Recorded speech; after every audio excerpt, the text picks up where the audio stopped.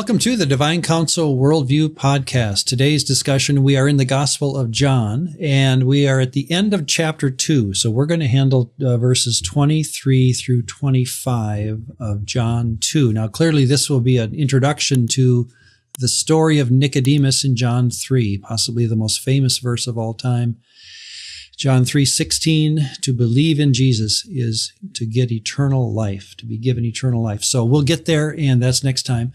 But this time is just those three verses that really prepare the reader, the listener, to confront this man Nicodemus. So I think it's worth a podcast, Mike, to spend our time on this, just these little three verses, because of its use of the word believe. And we have, obviously, if you've been with us through the Genesis podcast that predated this series, we took our time numerous places to look at the Hebrew concept of belief and faithfulness and the idea of what Abraham did to bring about the Genesis 15:6. He was called righteous because of his faith. And so we're not going to, rekindle that entire discussion. But what I'd like to do in this podcast, Mike, is to prepare us for the Nicodemus story and use these last three verses of John 2 to introduce how the New Testament term for belief, Pisteuo, pistis, sits on top of, and it builds on top of the Hebrew word aman and what we have seen in the Genesis study. So that's where we're going today, to talk about faith and belief and get into some very practical, even modern discussions of where this has come and gone, and frankly, what has caused a lot of discussion even among DCW people. So welcome, Mike. Tell you what, let's just jump into it. I don't know if I have a question for you as much as to say, are you ready? Yeah, I'm ready. To talk about faith again. So, well, I guess if I could recommend, and maybe we'll bring it up a little bit later, but I would say if folks are wondering about, that very Greek word that you're talking about, the verb and the noun, I would highly recommend checking out the work of a guy named Matthew Bates. Yeah. We actually had him on the early days of our podcast. It was our first real interview that we did together. Mm-hmm. And he actually talked about this book in that interview, but he didn't have an exact name yet, but it finally did come out, and I've been starting to read it. It's called Beyond the Salvation Wars. And it's a very interesting thing because he's talking about the very beginning of Protestantism, essentially that it literally did start with wars. And it's just a very interesting question of has it maybe that both sides on the Western Christian front of mm-hmm. Protestant and Roman Catholic, that maybe we have misunderstood this very word, pistis or pisteuo. And I don't have that. Go ahead. Yeah. And just asking a very honest question. Maybe we need to just re-examine that. Yeah. And reset. Reset and everything that was done these centuries past, that maybe it's not an either or, that it's not a simple black and white dichotomy. I don't have that one yet. I want it, but I still haven't finished all his previous three books, which I believe this is in the order in which they came out. Salvation by Allegiance Alone. This is the book that I think I've told the story. I walked up to him after he presented the overview of the book at a conference. I walked up to him and said, he didn't know who I was, obviously. And I said, how did you get away with that? I mean, you're saying exactly what I believe, but how do you get away with saying it? Man, so cool. And we had a fun conversation. Then Gospel Allegiance, What Faith in Jesus Misses for Salvation in Christ, and Why the Gospel. I think that's the last one. Living the Good News of King Jesus with Purpose by Matthew Bates. So everything we're doing today here in this discussion in John 2 is not, I'm not following Bates. I'm not copying him or trying to, outline his points. I think he would agree with where I'm going with it. And so read Bates separately and see how you see him, if you can. Meanwhile, here's where I'm going. And that's where, like I say, I'm sitting in a conference listening to him give his book, and I'm thinking, boy, I wish I could say it that clearly, because I've been there. I want to be there, and he's getting away with it. How come I can't say it that way to my denomination. And he's saying it that way. And so we in principle agree, and that's why it's fun to talk about it. So here we go. Let's just read those last 3 verses of John chapter 2, beginning in verse 23. Now when Jesus was in Jerusalem at the Passover feast, he had just cleansed the temple. Many believed in his name when they saw the signs he was doing. So there is that word believed. That gives us opportunity to talk about belief or faith today. But Jesus, on his part, did not entrust himself to them because he knew all people and needed no one to bear witness about man, for he knew what was in man. And on that line there, he did not entrust himself to them. Various versions have different words for entrust there. Some have commit. I think my New King James, Jesus did not commit himself to them. If you know Greek, you realize that's the same word that was repeated in the previous verse when it says many believed. So what's fascinating about this little 2-verse vignette, it says they believed in Jesus, and then the next thing you hear is Jesus didn't believe in them. And the versions we have usually use different words to define that curious back and forth between one Greek word. So this is our time to talk through how belief works in the New Testament and try to just surround the wagons and come to an agreement before, or come to an understanding before we move into, again, a major portion of the book in John 3. All right, so a lot of people that may be listening to our John podcast, obviously Mike have not gotten through the whole Old Testament Genesis one that we did before it. So can I take 5-10 minutes and just overview what the Genesis study did in various times that we talked, when we talked about what faith is and how it worked. Notice again, and let me start this way: Israel doesn't have a theology; they have a story. And their story is about faith. And so when we talk about what faith means to a Old Testament reading of Genesis, let's say, or the entire Old Testament, what you have to do is drop into the world of each character and watch what they do and notice that faith, for our example today, how faith plays out in daily life and sitting in front of a tent, for instance, and how that would have worked. And I'd like to go all the way back, and I'll do this fast, but just to get the feel, I think we have to do this to understand what faith in the New Testament is. Genesis 12, 1-3. Now the Lord said to Abram, "Go from your country, from your kindred, from your father's house, to the land I will show you, and I will make of you a great nation. I will bless you, make your name great, so that you will be a blessing. I will bless those who bless you, and and him who dishonors you, I will curse. And in all the families of the earth, in you, all the families of the earth shall be blessed." That's famous. Next verse says this: "So Abram went as the Lord had told him, and Lot went with him. Abram was 75 years old when he departed from Haran. From there he moved," and now verse 8, Genesis 12:8. "From there he moved to the hill country on the east of Bethel." It's telling the story of how he fulfilled Genesis 12, 1-3. "And pitched his tent with Bethel on the west, Ai on the east, and there he built an altar to the Lord and called upon the name of the Lord." And again, what I'd recommend, and we did this in Genesis 12:8 is vital to the story of Genesis 12, 1-3, because God tells him to move, and he did. He followed through on what God told him to do. In the end, setting up an altar and calling upon, of course, in Hebrew, when you see the Lord, capital letters, you could switch that out for Yahweh. There, because that's what's in the text. He built an altar to Yahweh, which God? And called upon the name of which God? Yahweh. So the fulfillment of Genesis 12:3, 1-3, is Genesis 12:8. He did what he was asked to do. And so, again, to the story of Israel, Joshua 24:2 gives retrospective color to Genesis 12:1 when it says, Joshua 24:2, "Joshua said to all the people, 'Thus says the Lord,' remember what happened, the God of Israel, long ago your fathers lived beyond the Euphrates. Terah, the father of Abraham and of Nahor, they served other gods."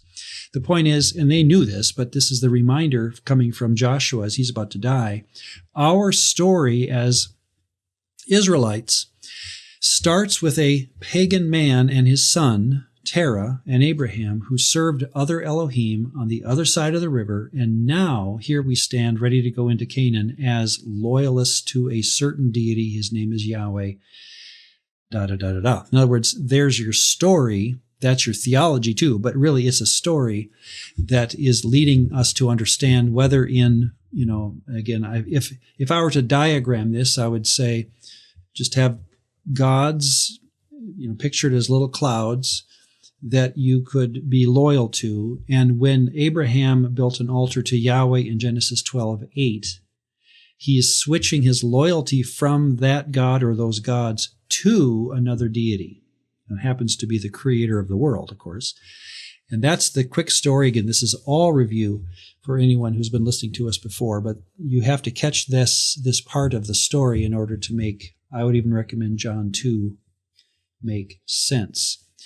Included with, and stop me if you want, Mike, but I'm just keep rolling because, again, it's all review. Included in this story, not said maybe with clarity, but certainly in the story and the characters of the Genesis story, is a realization that if I'm going to worship Yahweh, I can't worship other deities. That doesn't become codified until the first commandment, Exodus 20, verse 2, the first of the 10 commandments. So you'll never hear in Genesis the equivalent of, thou shalt not worship other gods. But what you're getting the feeling of, again, in the story of Israel, and I think this is only encouraged as men like Abraham, Isaac, and Jacob become mature in their faith. If they're going to worship Yahweh aright, they need to stop worshiping other gods. Is that fair? In other words, it's never said in Genesis, but it's implied. I think like we have talked about this before, of how like the story of Jacob was a beautiful portrayal of a man who was, okay, my grandfather and my father worshipped his God. I'll give this God a chance. And that as the years go, he eventually comes to a realization. Chapter 28, verse 20. Yeah. He comes to a realization and tells his whole family, get rid of all the household idols, all the little statues, all the little figurines that you've been carrying. Get rid of them, because we're now only going to be worshiping Yahweh. Like he just finally, after all these years, like, you know what? This is the one God that actually has stayed true. Very good. Yeah. And like, I'm convinced. So everyone, we need to be Yahweh worshipers only. How beautiful the patience of God is. Here's a Genesis theme that, again, I don't remember talking about specifically, but now that we can look back upon the book, the incredible patience of Yahweh watching his family learn the first commandment. And it's like they figure it out on their own. Oh, I'm sure God helped them, but there's this sense that they realize, I love Yahweh, but what do I do with all these other gods? You know what? I'm not going to worship them anymore. And that becomes a theme that's not a theme, as it were, or not stated, but you're right. Can I then go to Genesis 15? And here becomes now the paradigmatic verse that the New Testament quotes 3 times, as though here's how you think in terms of salvation then. How does faith and salvation coalesce? Genesis 15:6. This is the Net version, New English translation. Abram, and here's the Hebrew word, aman, the Lord.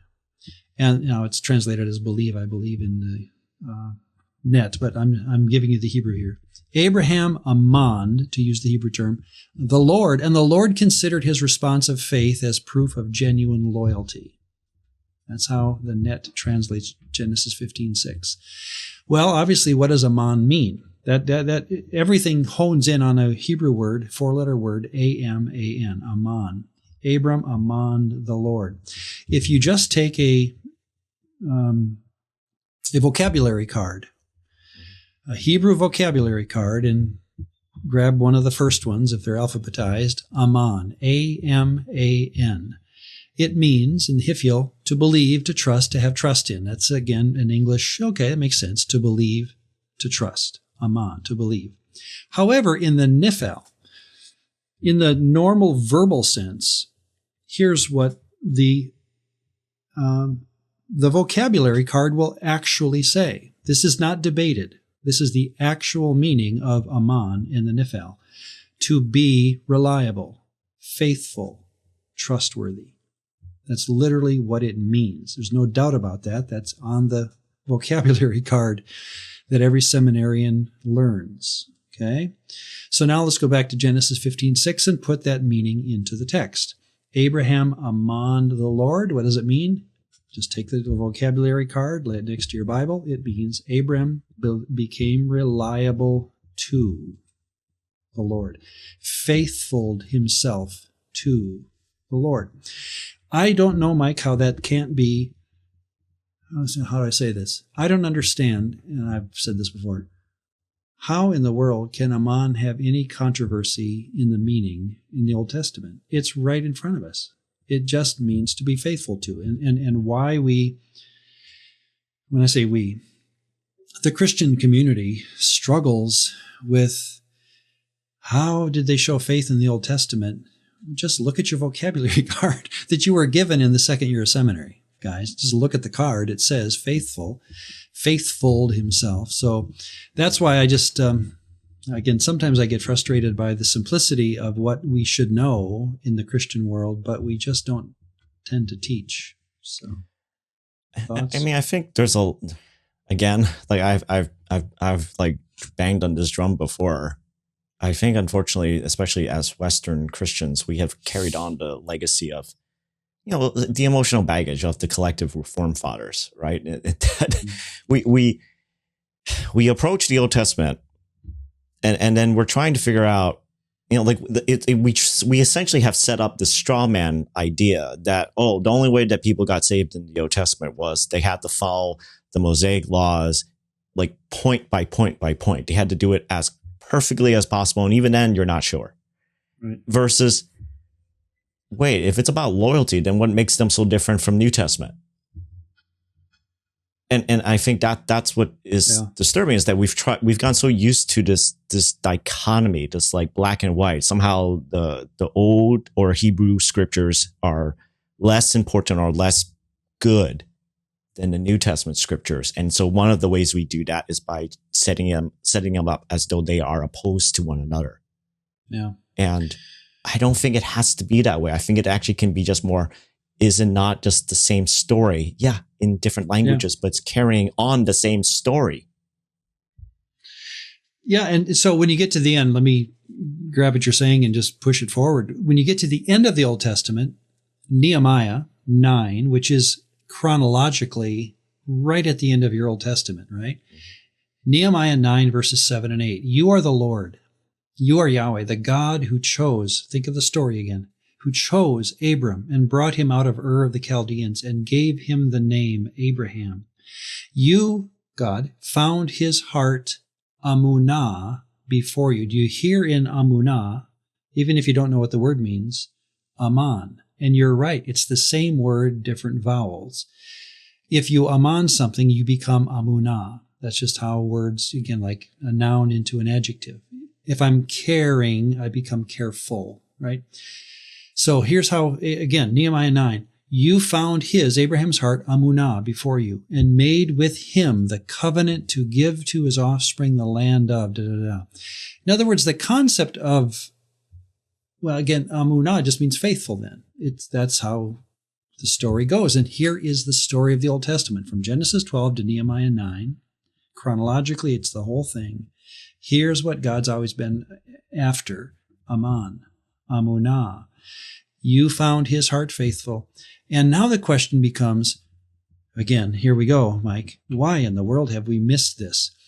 Since you brought it up, and I'm going to name the book. I mean, I appreciate the authors, but when someone says it this way, I think if you're going into seminary and you're given this textbook, be ready. And this is a standard textbook. Okay. John Walton, Andrew Hill, called Old Testament Today, A Journey from Ancient Context to Contemporary Relevance. So again, nothing wrong with, I like the authors. I appreciate their work, but listen to what see, it's hard to find Old Testament books that talk about salvation because I think they know they're stuck. They want to talk about Aman, but then they look at their vocabulary card and say, oh, rats. It means faithful. Well, we can't say that because our doctrine doesn't allow us to say you got to be faithful to Yahweh. That sounds like works. So now we got to figure out how to get people saved without using aman. Here, this is from a page in this book. And again, I give them credit because at least they're sticking their neck out saying, how do people get saved in the Old Testament? Here's the quote.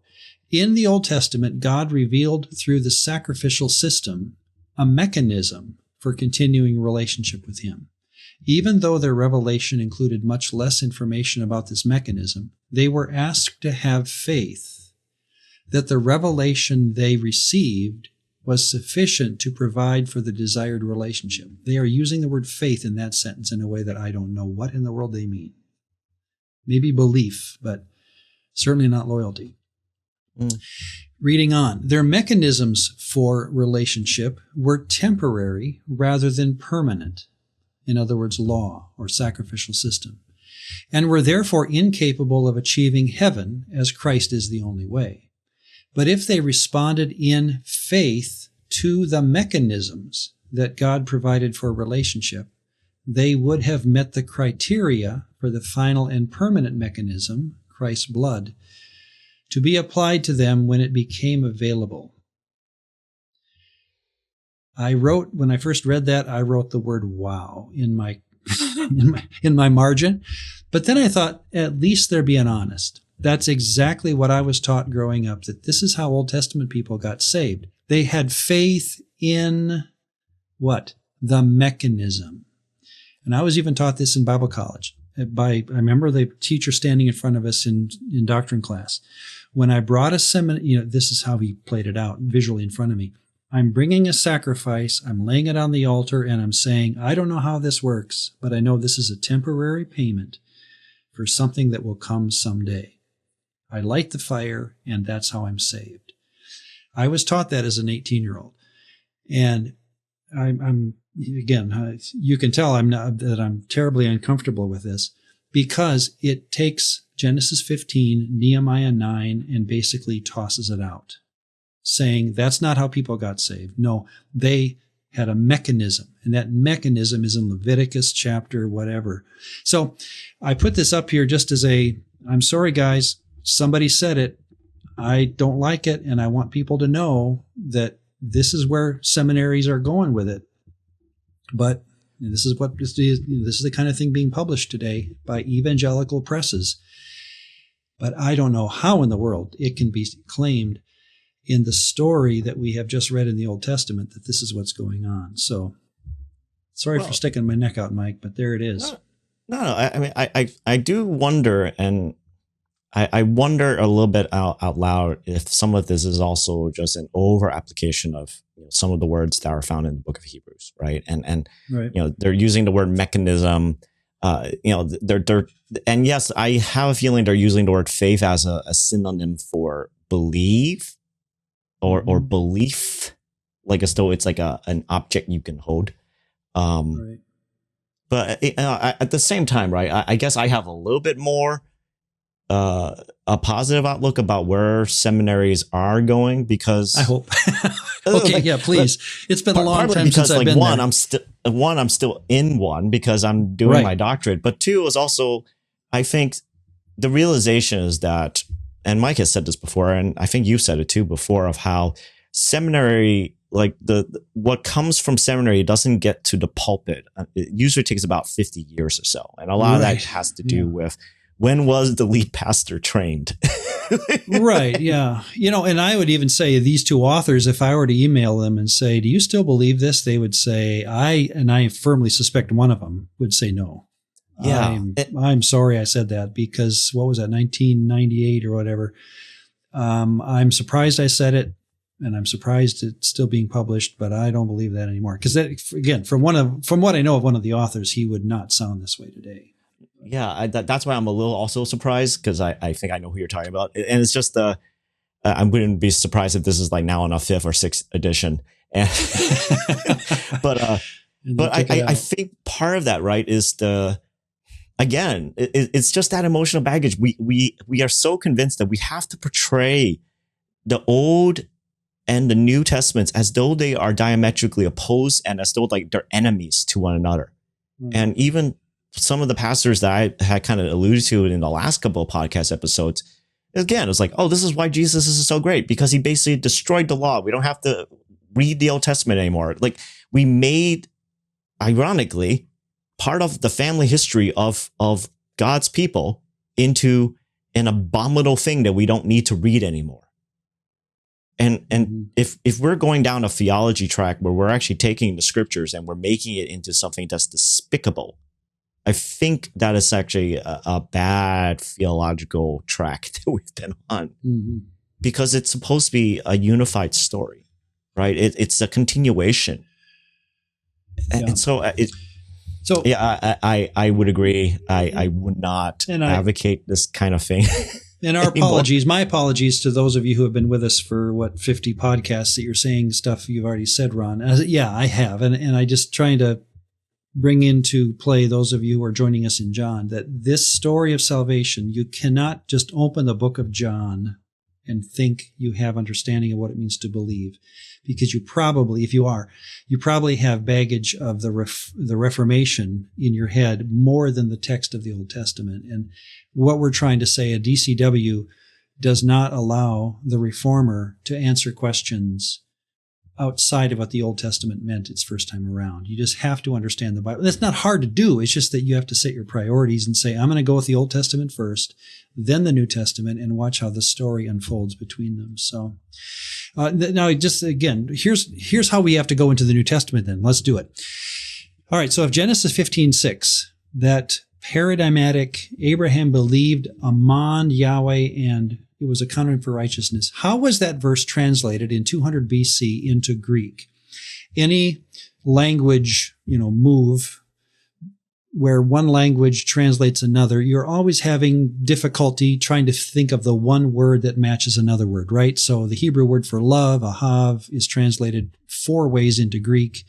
For love, you got your agape, phileo, storge, and eros. In other words, languages are fluid, especially as you move from left to right. One language will have 4 words where the previous one had 1, for instance, with the word love.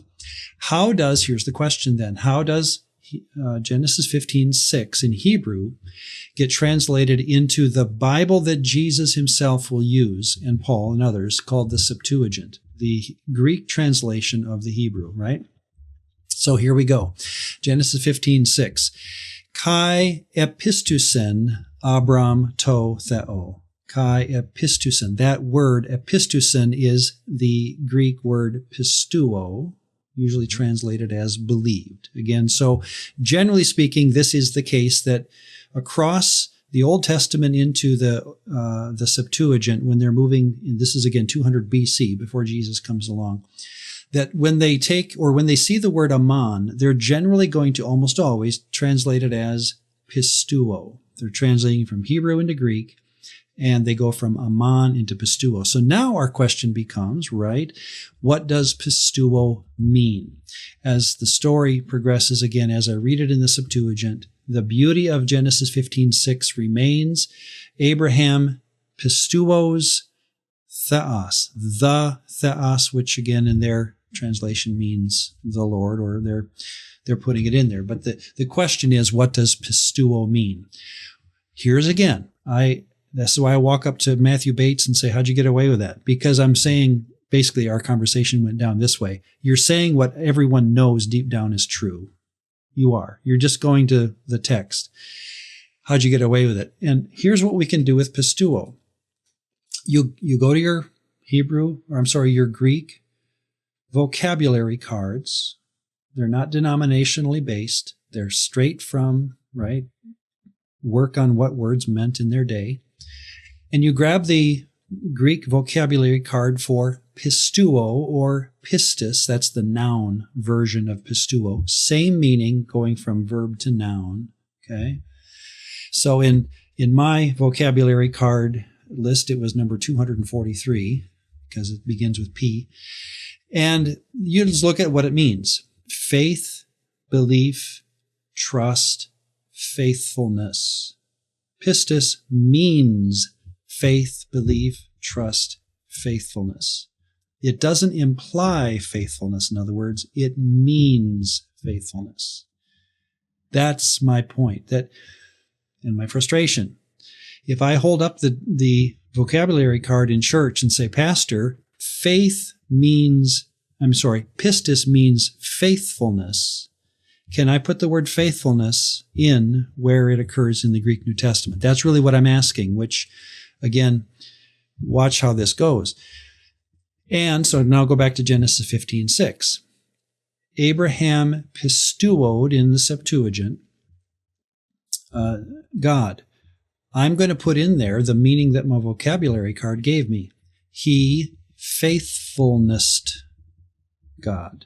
He became faithful to God. That's what it, again, I'm pushing my envelope here, but I think I can do it lexically. I'm not implying what I think pisteuo means.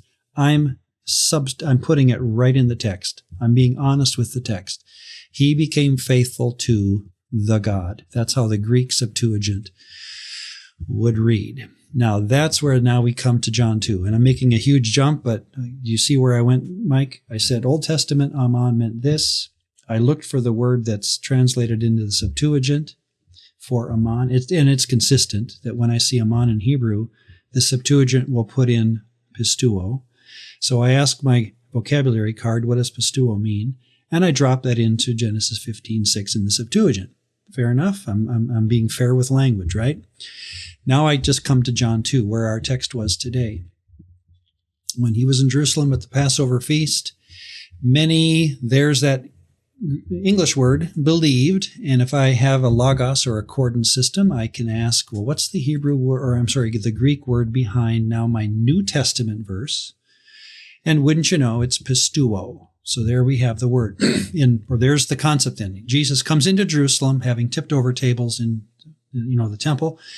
And it says this, many pisteuoed his name when they saw the signs that he was doing. Okay, so remember how that vocabulary card read. I have choices. I've got faith, belief, trust, faithfulness. And I can see how I have seen Jesus do something. And John, the writer, is saying, here's what happened. When he went back up to Galilee, many saw what he did and ventured out of their tent or their house to follow him because they, quote, pisteuoed him. There's a faith, again, in English, it's hard to know exactly the meaning here, but let's put the words on there. They had faith in him. They believed in him. They trusted in him. And now the question will be, were they even faithing to the point of faithfulness? So. Well, what's interesting about that particular verse, right? Because when you're pointing out that the word they believe and then also the later word in trust, they're coming from the same root. The word to describe the people after the Passover feast, it's using, and this is going to get a little geeky, the aorist tense, right? So there is a hard stop.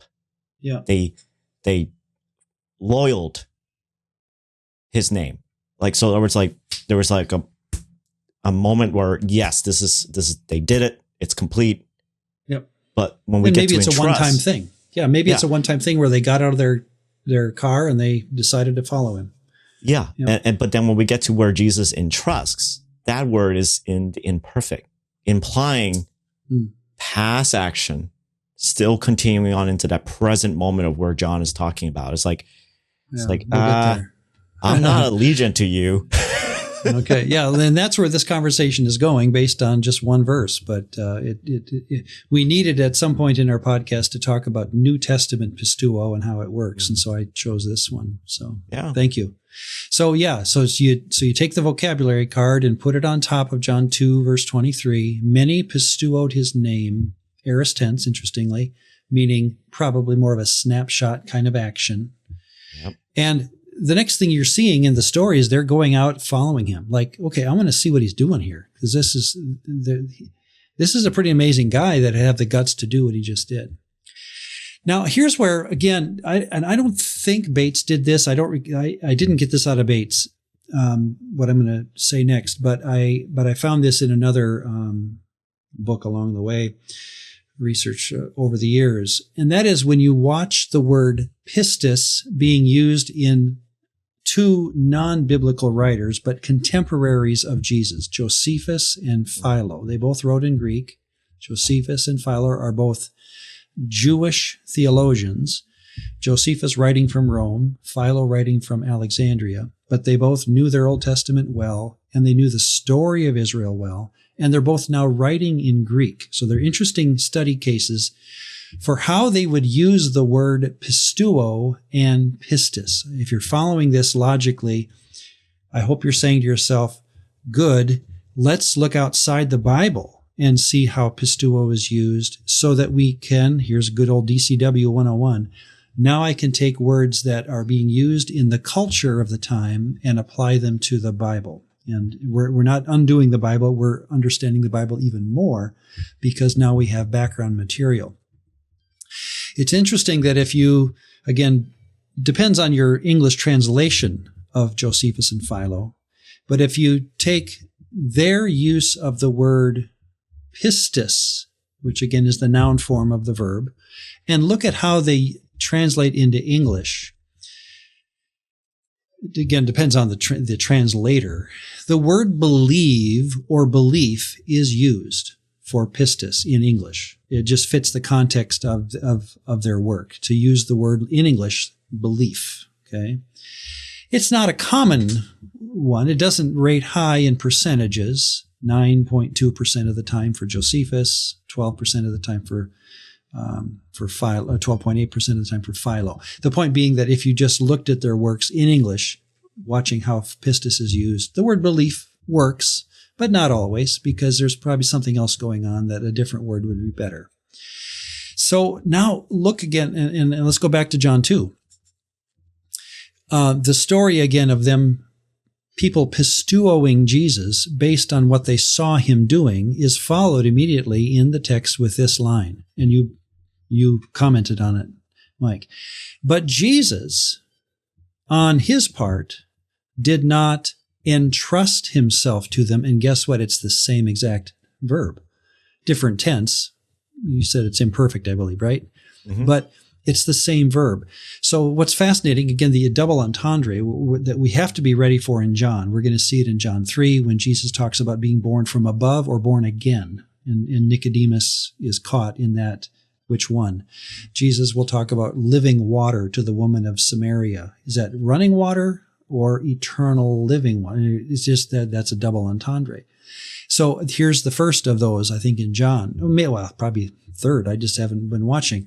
But I know this one is, where the writer is saying, many people pisteuo Jesus, but Jesus didn't pisteuo them. Interesting. I wonder what it's trying to get to.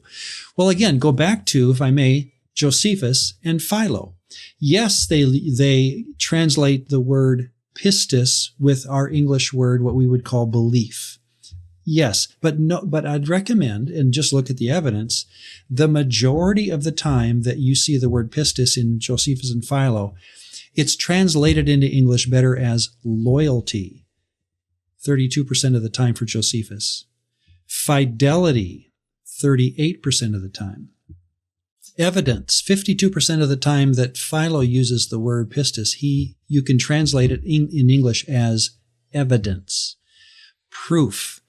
It's just fascinating that when you look out, here's my point, when you look outside the Bible even, you don't undo the meaning of pisteuo, you enhance it, you understand it probably better than ever before, that what we're talking about is something that is rock solid, even to the point of what we call fidelity. To become loyal to something is what it means. So now let's go back and drop that in again to how the double entendre of John 2 is working. Many people pisteuo Jesus because they saw what he did. They thought it was cool. Then when Jesus, who knows all men, looked at them, I would use the word loyalty there. Jesus, on his part, did not loyal himself to them because he knew that their pisteuo was just, well, what you mentioned as the aorist there. They aorist him, and he didn't want to imperfect them because he knew that the long-lasting version of pisteuo, same word, means to become faithful to. So it's a fascinating moment in the life of Jesus where it almost sounds unfair, but I think Jesus knows what he's doing. Obviously, that's an understatement of the day. But he looked at these people and said, you know what? I'm not going to loyal myself to them because I know their pistis is not loyalty. So. I think, in all of these discussions, right? Like we're dealing with the reality that language is part of culture, and culture is very plastic, as Dr. Michael Bird would like to say one time, that it's very flexible. It changes. And so even the word belief, even like, I don't know how old that screenshot of that text is, but I would bet that even then, when that was put down in the chart, the word belief in English had even a slightly different connotation than it even currently has today. Because, you know what it meant? Yeah, I was going to say, here was my picture that I've used over. I'm going to show this on the screen for those that can see it. When I first did weddings back in the 80s, we still had this old phrase that a bride and groom would say to each other, "Unto thee I betroth my faith." That's what we used to say. Ancient times. Isn't that beautiful? It doesn't mean I believe in you. It means I'm going to be loyal to you. So we used to use the word in English as a loyalty factor. I betroth my faith to you. That's what we meant by loyalty. Yeah, we've lost that. You're right. That's where even in English we now, I think we could say it and people would, dab their eyes with their hanky and say that's beautiful. But notice what we're doing. We're theologically taking a word that used to mean loyalty, and we're bringing it back for the audience to hear and celebrate. So yeah, and I think it's just that it's just the unfortunate thing that, and I learned this during after the first year of my doctorate, because one of the books we had to read, I'm doing a lot about learning about preaching, how to properly do study to preaching. And one of these books actually talked about that the trend within evangelicalism to view belief or faith as a mental assent is just a little over 50 years old now. But it has taken widespread the most dominant understanding of faith or belief, that it's essentially you just have to come to a mental value and mental agreement. And may I, thank you. And may I, at this point, I'm not going to say his name because I don't want to offend his reputation. I adore this pastor, this hero of the faith across America. He's been around for a long time. I've had him in my classroom in the university level to teach my students. He is of a Reformed background, though, so when I pick up a book of his, I presume that he's going to give a Reformed view. Can I give you a quote? This is just 2 years ago. The book is, 2 years old. And in fact, this book was given out for free to every attendee. I think you got it at the ETS meeting a couple of years ago. Every attendee got in their bag a copy of this book. Maybe. Yeah. What is Saving Faith? What page is this? 52. When considering saving faith, and again, I appreciate the title. What is saving faith? Imagine that we've been 2,000 years into this, Mike, and we still can't figure out what saving faith is. We can still write a book entitled, What is Saving Faith?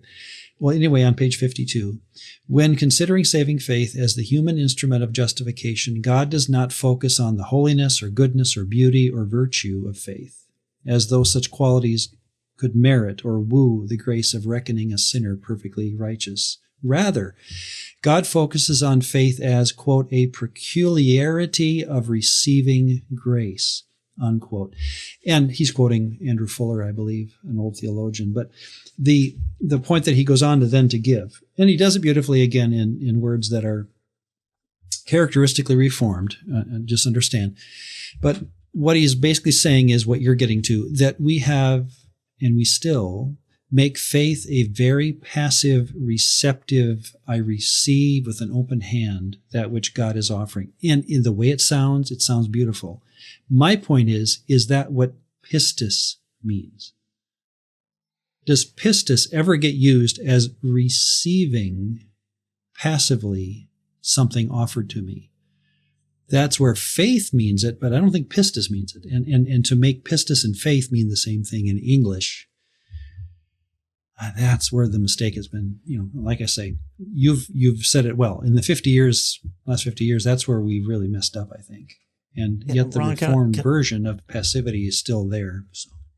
Yeah, I mean, can I just say, I find it, I think when I was a young believer, after 15, after the whole entire incident of being almost, drowning to death, that as I reflect back, and it's kind of interesting, this year for me is going to be, I could actually say I've now lived twice as long as a follower of Jesus than I was as a non-follower.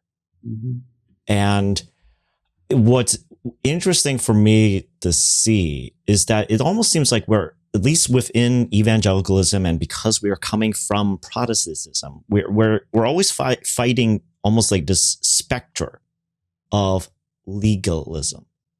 Mm-hmm. And we're so afraid of legalism in any shape and form or possible suspected form that we try to buffer and even guard ourselves and fence ourselves away from the possibility of giving into a slight temptation of legalism. Or works, you mean? Or works.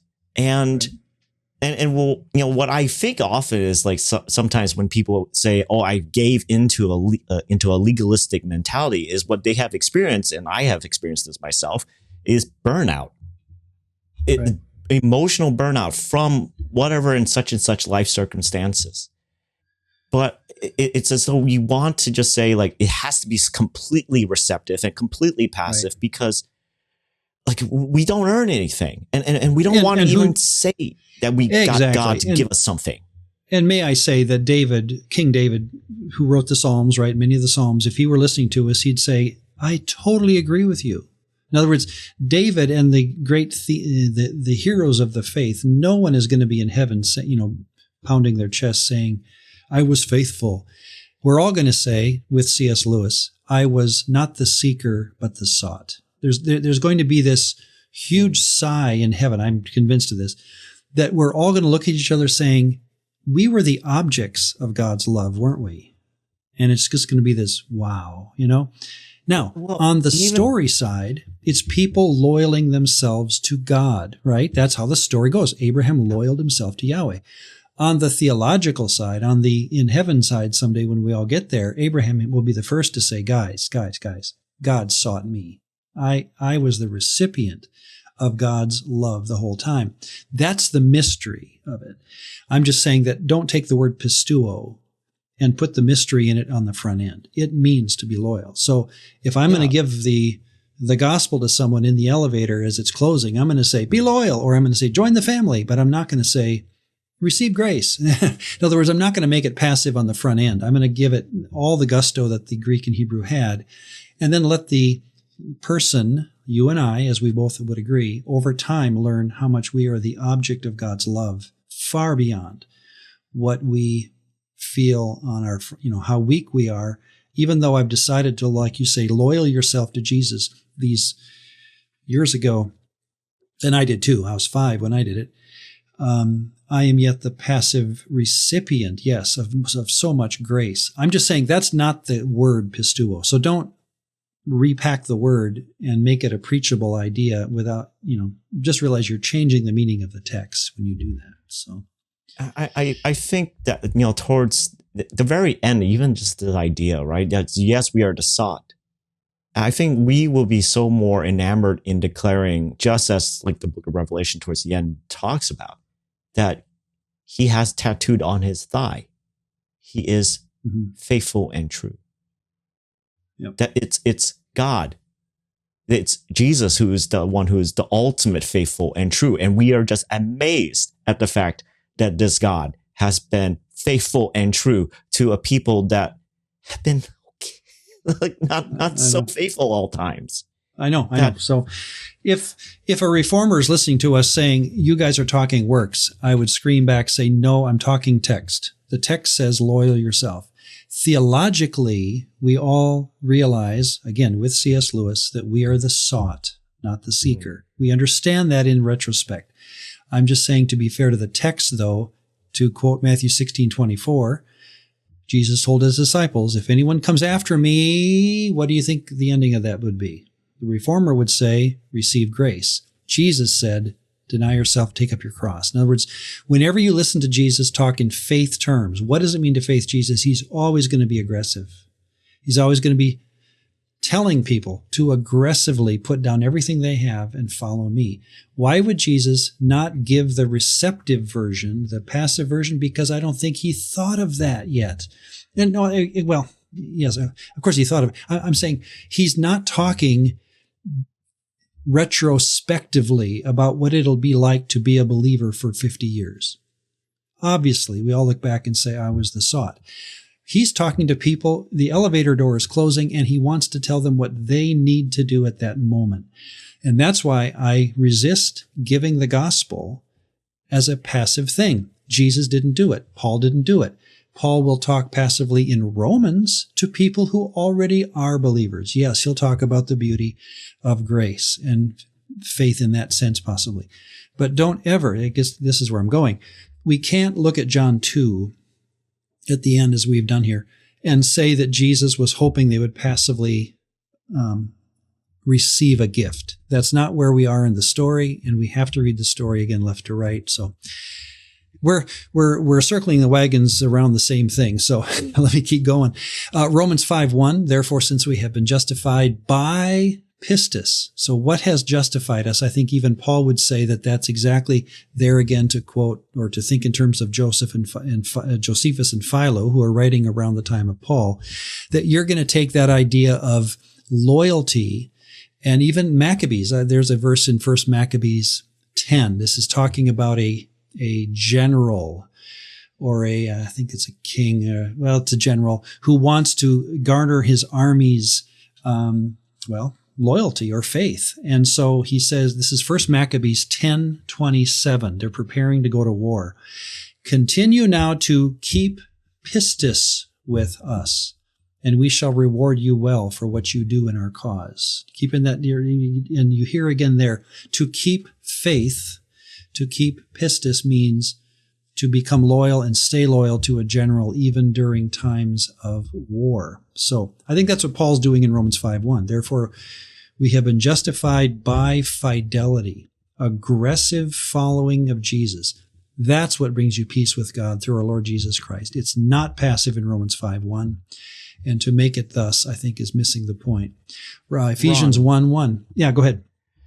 I mean, would it be fair to say, right? Like, and I've tried to say this to some folks in the past, and they usually, in the end, they all, again, because they're working with this dichotomy of faith versus works, that grace versus stuff that you do, that this concept that faithfulness, loyalty, pistis, it's embodied.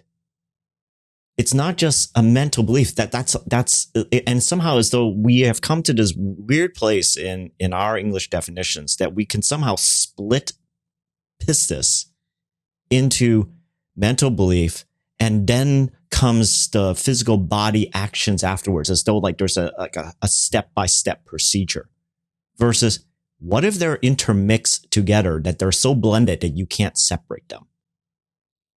Because I don't think of how do I stay faithful to my wife in Lego block pieces. Exactly. Yeah. I look at my wife and I show my faithfulness in our marriage to her, as you have said before, one other time I remember, by going home with her and not with another woman. Right. Right. It's not even like a question. This is how I express my faithfulness, my pledge of loyalty to my wife. And it's not even like a conscious thing. I want to go home with her. Right. Yeah. Yeah. So simple. It's not works at that point, is it? It's loyalty. Let me just quote some verses here just to, again, grab where we're going with this. In the New Testament, thus, what pistis means and how John will use it. Ephesians 1:1, Paul, an apostle of Jesus Christ, by the will of God, to the saints who are in Ephesus and are pistos in Christ Jesus. Translated usually in English as faithful. But is he talking about just the faithful ones as though it's, you're a different level of Christian? No, he's talking about all Christians, but he's able to call all Christians in Ephesus pistos. Why? Because Ephesians 2:8, for by grace you have been saved through pistis. Same word, different vowels. So you're saved through pistis, that aggressive following of Jesus, loyaling yourself to Jesus and to his Father. That's why you're called then the pistos of Christ Jesus. I could finish then, if you don't mind, again for time. Let's land the plane by asking and answering again some questions that I think we have kind of realized are being asked of us when we talk like this, both in this podcast and others. Can we do faith once and be done? Here's where, again, our evangelical heritage, the Billy Graham model that we've all grown up with, I can come forward, pray a prayer, and do it in sincerity. I'm not mocking the idea. Thousands, if not millions of people have done this. They have given themselves at a moment in time to belief in Christ. But here's my question, and I'm saying this with all, propriety included. Can we do pistis once and be done? Can I faith Jesus once and be done, as though, again, what we call getting saved? Here's my answer. Pistis and pistos in Greek function like care and careful in English. Same idea. To do the noun, pistis is to become the adjective, pistos. If I pistis something, I become called pistos. Just like if I care for something, I become careful. Here's my argument then. In the text of the New Testament, pistis will be translated both as faith, Matthew 9:22, and faithfulness, Romans 3:3. Because, again, pistis can mean both. If I do it, I become it. If I'm faithing, I become faithful, Matthew 9:22, Romans 3:3. Same word, pistis, translated once as faith and once as faithfulness. And, think of the other, pistos, can be translated as believe, 1 Timothy 4:3, believer, 2 Corinthians 6:15, and faithful, 2 Timothy 2:2. And we say, wait a second, how can Paul use pistos to mean both believe, believer, and faithful? Paul would be the one surprised that we're changing the meaning. He wouldn't be surprised because that's how he uses the term. Pistos means to believe, be faithful, whatever. It just that, again, you have to think in his terms. We're the ones in English who say, well, that's a faithful guy over there. Well, that's a believer over there. And Paul used the word across that spectrum. So the answer would be, and I'm honoring what you went through when you became a Christian, Mike, me when I was 5. I prayed the prayer. I can faith God once, but, here's the caveat. If I can be faithful once is the question. Can I faith God once? Yes, if that means I can become faithful. So, choose your favorite diet that you keep starting and stopping. Can you become faithful to a diet? Yes, provided you, or how do I say, can you faith a diet? Well, if you stay on it, you're faithing it. That's all I'm saying. That you're not repeating faith, you're faithing it. You're coughing all day. Like we say, I had a cough all day. It doesn't mean it's one long cough. It means I cough periodically, so much so that I can say I coughed all day. I think that's what faith means to you and I. I am loyal to Jesus, and I keep that loyalty throughout the day. Every now and then it evidences itself, but that's one loyaling with many loyal moments. In the Greek term, that would be pistis. That's how they would have thought of it. Okay? Good enough? How much faithfulness? This is my response this is the common response I get from my Reformed friends. God bless them. I really do. I mean, I wish them the best, but here's what I often get in return. How much faithfulness do we need? If you're going to say that pistis means faithfulness, I'm going to respond with, so they say, well, how much do I need? Because now you're getting into is it good enough to be called faithfulness, right? Here is my answer. This is a which God question, not a how well question. We return back to where we were in Genesis. The Bible is answering the which God question, not the how well question. So Paul says in 1 Corinthians 6:15, what part has a pistos person with an unbeliever? Paul thinks of the word pistos as the way to define the opposite of an unbeliever. Notice he's not talking amount. He's talking which God. Which part has a pistos person with an unbeliever? Equates believers. So pistos means believer. And he's the loyalist, in other words. Ephesians, think of how that book begins. To the saints who are in Ephesus and the pistos in Jesus Christ. He's not talking ability or the 68%ers versus the 22%. He's talking about, well, I just read it again. To the saints who are in Ephesus, the pistisers, the pistos in Christ Jesus. He sees it as a which God question, not as a how much. Mm-hmm. 1 Timothy 4:9, Jesus is the Savior of all men, especially of the pistos. Notice again, it's not a how well, it's a which one. So to me, it's an easy answer, but again, my Reformed friends really struggle on the how much question. And they need not. The text doesn't give us that problem. Well, again, how many times, and here's another question I've been given. How can a depraved human be faithful, right? Because in the Reformed doctrine of depravity, we are all unable, without God's help, to respond to him in faith. That's a standard understanding of faith. God has to be the one to, shall we even say, regenerate our heart that is dead in sin before we can believe. So let me ask it right up front. Can a depraved human choose to be faithful? Here's my answer. The ability, and I'm just looking at this story of Scripture, the ability to be faithful to a deity seems to be necessarily included in what it means to be human, a privilege given to us at our creation. When we were made, Genesis 1:26, in the image of plural Elohim. So, what I'm seeing in the Bible is that every story is built upon, just as you read them, the presumption that a person is actively able to make the choice to be loyal to a God, and they can make that decision, quote, on their own. I don't think the question of depravity is even on the table here. In other words, your ability to be bad or good, that's a separate question. And I know most of us start the day well and end it terribly, right? And it's just how the human condition is really kind of weird. I have all the intention to do right, and I screw it up. That's not even the question, though, when it comes to salvation, because we're asking in the story of Scripture, to which God are you loyaling yourself? And that is, I believe, part of every story. You are given that power, that ability, that gift to become loyal to a deity, as inaccurate as you can be. Theologically, I understand that. I am too.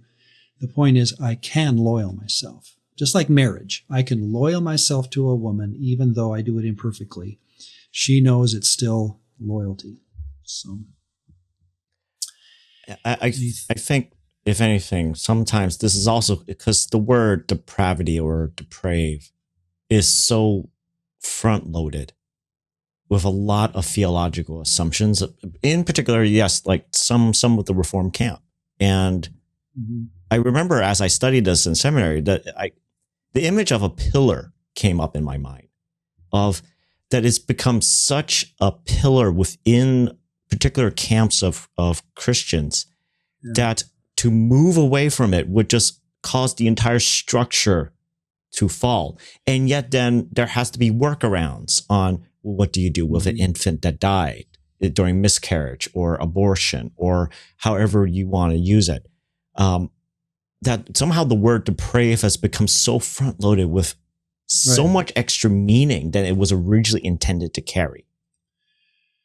So, and then again, to really get close to landing our plane finally, by the time our day is done here. So has faith become, we've talked about this before, Mike, has faith become an unusable word? Here's my answer. We may have to abandon, I'm ready on my side, we may have to abandon the phrase saved by faith if we are unable to also explain that faith in the Bible means showing loyalty to a God. Here's why. It does little good to use a word which has come to mean almost the opposite of what it originally meant. Right? And if culture moves that way, and C.S. Lewis has an article on this, how words like gentleman used to mean something in English that now, in his day, 1940s, mean just a nice guy. Well, back in the original, it means a landowner, blah, blah, blah. In other words, words move lexically, culturally. If the word faith has moved so far that it means something that is not, let me just close with two quotations. And again, I'll be honest with where I got them, because sometimes I buy books because I know I'm going to disagree with them. And I just want to see if I'm still seeing what I'm seeing. So here's a book by Matt Chandler called The Explicit Gospel. And I know Matt's denominational heritage enough that I could kind of predict where he's going to go. So here's a quote from Matt Chandler, The Explicit Gospel. I love the title, right? I want to know exactly what the gospel is. And so here in the book is just a couple of his quotes. Christ's work demands the response of faith. Good. See that? There it is. The word faith. Christ's work demands the response of faith. I agree. But going on, but we want to make donations. Our works don't work. For we hold that one is justified by faith apart from works, Paul says in Romans 3:28. So Chandler finishes, the only acceptable response to the gospel is nothing less than a heart of faith. And as soon as I see that word faith there, I go, oh, you had every opportunity to tell me what it means. And you said the book is called Explicit Gospel. Why do you keep using the word and you don't tell me what it means? Of course I'm going to have a heart of faith, but tell me what that means. Well, then I read a little longer. Here's what he says. John Bunyan's point was to show, he had talked about Bunyan's Pilgrim's Progress book, was to show that the only way to salvation is through the wicket gate, that is through repentance and faith. He uses it again. I'm asking, well, what does that mean? And so he says, it's not enough to be navigating the path of the Christian life. If a person doesn't come in through that gate, the faith gate, he's not truly a Christian. My point is that entire book keeps using the word faith and never tells you what it means. He never mentions it as loyalty. He doesn't get into any kind of, again, explicit gospel. If you're going to put that on your title, I want to hear Pisteuo, aman. I want to hear a biblical word study, at least that takes a couple of pages, so I know what I'm dealing with. So there's my complaint on his. One more and I'm done. Again, John Frame writes good stuff, but notice the publisher. Have you gotten used to doing this, Mike? You look at the publisher and you say, okay, so they published it, so they're probably going to have an editor who is going to recommend a certain course of thinking. So P&R Publishing, public, Puritan and Reformed. Okay, so now I know my systematic theology, which is about 1,000 pages long by John Frame, is written by a Reformed publisher. So here's how he defines faith. It takes him 955 pages to get here, but now he's going to say it. So what is the role of faith? Theologians struggle for words. Stop right there. No, we don't struggle. We don't struggle. Look at your vocabulary card. But he does, because why? Listen in. Reformed theology has settled on the word instrument. By this we mean to say that faith, even though imperfect and unworthy, is the means by which we reach out and, magic word, receive God's grace. Some have compared it to an empty hand reaching out to be filled. But rather, and this is the last paragraph he has on the entire study of faith in his voluminous theology book. Rather than tying yourself in knots, trying to understand these technical expressions, which again is not technical, but he wants to call it that, it's better to just remember that faith is trust. Jesus has died for you. That's your only hope, the only means by which you can be saved. Your faith is simply trust in him. Your trust is not going to earn you anything, but it connects you with Christ who has earned everything for you. I recommend those last three sentences mean nothing, because he didn't tell me what to have faith in. Is he telling me to believe, like my Catholic friend, that if I go to Mass every weekend, I'll get saved? I know he gets into other things, other parts of the book about the work of Christ. I'm saying if you're going to have a book that tells people how to think in terms of faith, then be careful and tell them what it means biblically. And for him to admit that we're tying ourselves in knots, I would say you're the problem. If you're tying people in knots, it's because your theology has tied them in knots. I apologize for getting frustrated, Mike, at the end of a podcast, and I didn't mean to. I don't mean to be frustrated, but I say that in all honesty, that's why I'm willing to give up the word faith, if it means that even good theologians are going to tell people, I don't know what it means. That's basically what he's saying. Just remember it's trust and let it go. I mean, if any frustration, I feel the frustration as well.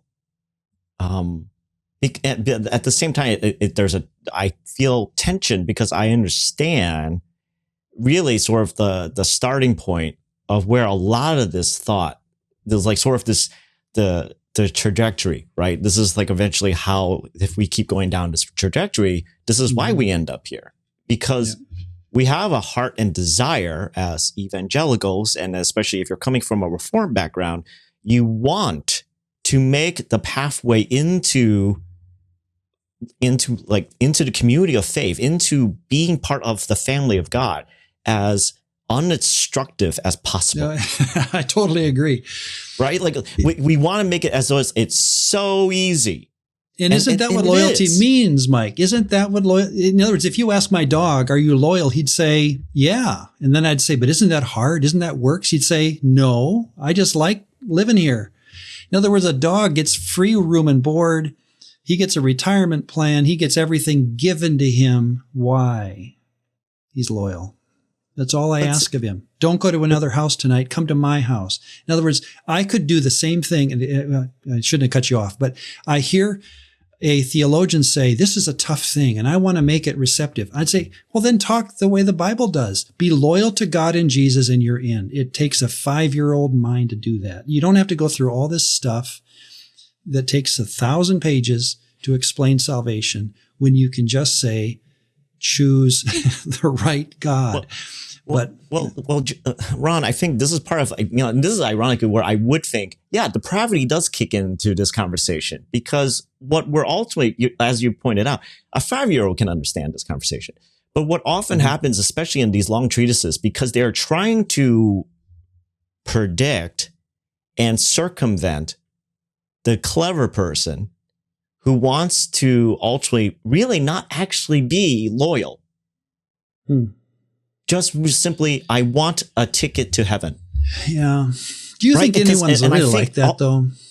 But I find it kind of frustrating because you and I, over the years as followers of Jesus, we probably have been able to, to use a modern slang term, sussed out folks that we have kind of figured, like, are you really following Jesus, or are you in it because of the benefits? Right, that you get, you get to have a good family values. You get to have a nice career. You get to whatever. But if it comes at a great cost to you, if it means that you might lose your job, if it means you might lose your family connections, your family ties, your friendships, is that worth it? And then, of course, we as Western Christians always admire, and it's like, we should be like all the third world Christians and the Christians in the global South who have to give up so much. But it always seems to be like we're always trying to circumvent and make it so that, you can come into the community of faith, but we also want to make it as easy as possible. But we also want to make sure that we're guarding against those who would try to take advantage of saying that they are faithful. Right? We're always worried there are going to be people like Simon the sorcerer coming into the body. And you know where I go with this. I would just say those will happen. You can't stop the